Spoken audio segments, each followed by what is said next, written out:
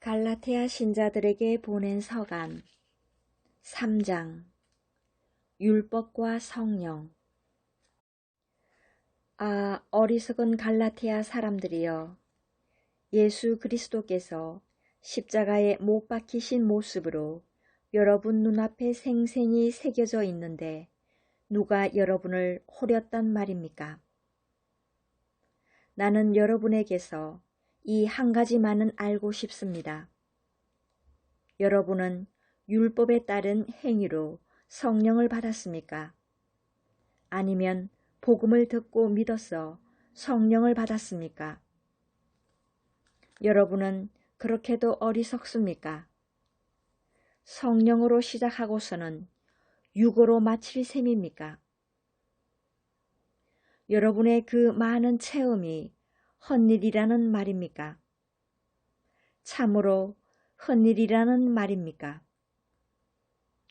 그렇다면 여러분에게 성령을 주시고 여러분 가운데에서 기적을 이루시는 분께서 율법에 따른 여러분의 행위 때문에 그리 하시는 것입니까?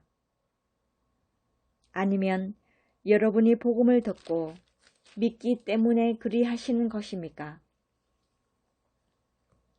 율법과 믿음. 이는 아브라함의 경우와 같습니다. 그가 하느님을 믿으니 그것이 그의 의로움으로 인정되었습니다.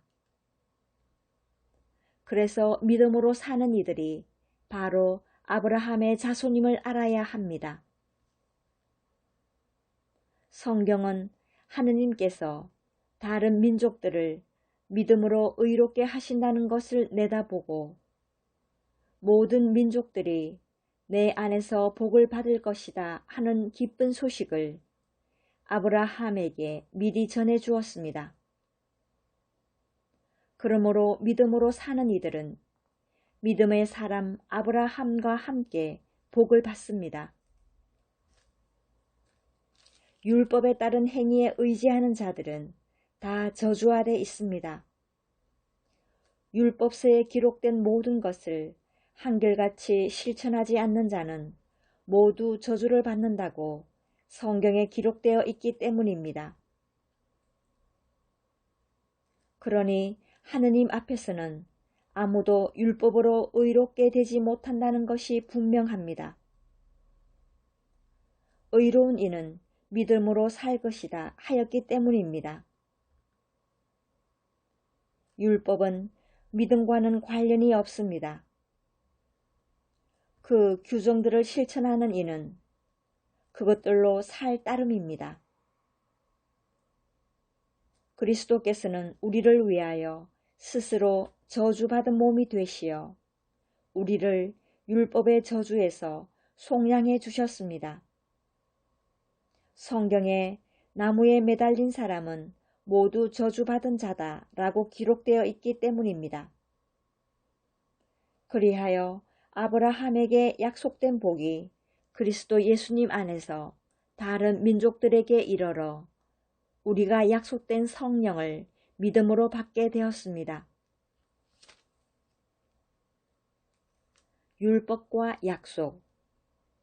형제 여러분, 내가 인간의 관례에 따라 이야기해 보겠습니다.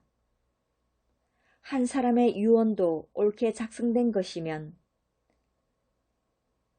아무도 폐기하거나 무엇을 첨가할 수가 없습니다. 하느님께서 아브라함과 그의 후손에게 약속해 주셨습니다.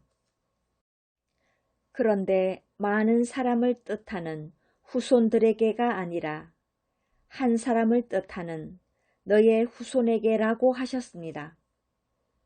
이분이 곧 그리스도이십니다. 내가 말하려는 것은 이렇습니다.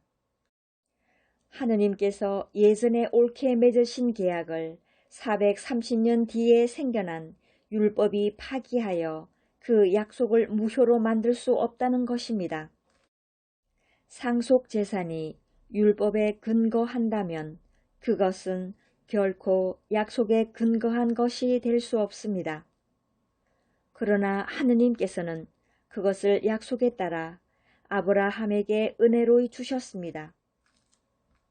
그렇다면 율법은 무엇을 위한 것입니까? 약속을 받은 그 후손이 오실 때까지 사람들의 범법 때문에 더 붙여진 것입니다.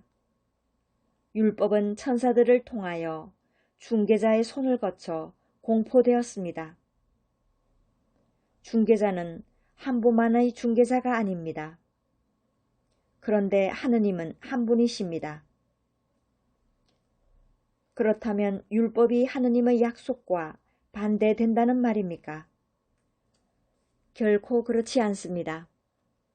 만일 생명을 가져다 줄 수 있는 율법을 우리가 받았다면 분명 의로움도 율법을 통하여 왔을 것입니다. 그러나 성경은 모든 것을 죄 아래 가두어 놓았습니다. 그리하여 예수 그리스도에 대한 믿음을 통하여 믿는 이들이 약속을 받게 되었습니다. 믿음이 오기 전에는 우리가 율법 아래 갇혀 믿음이 계시될 때까지 율법의 감시를 받아왔습니다.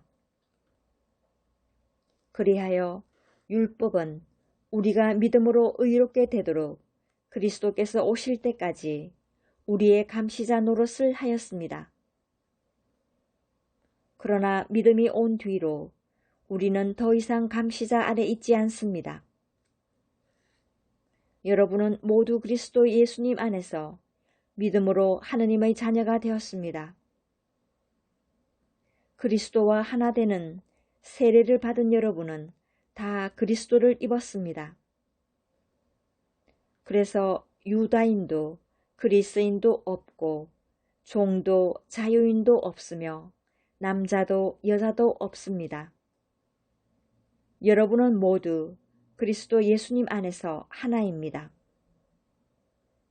여러분이 그리스도께 속한다면 여러분이야말로 아브라함의 후손이며 약속에 따른 상속자입니다.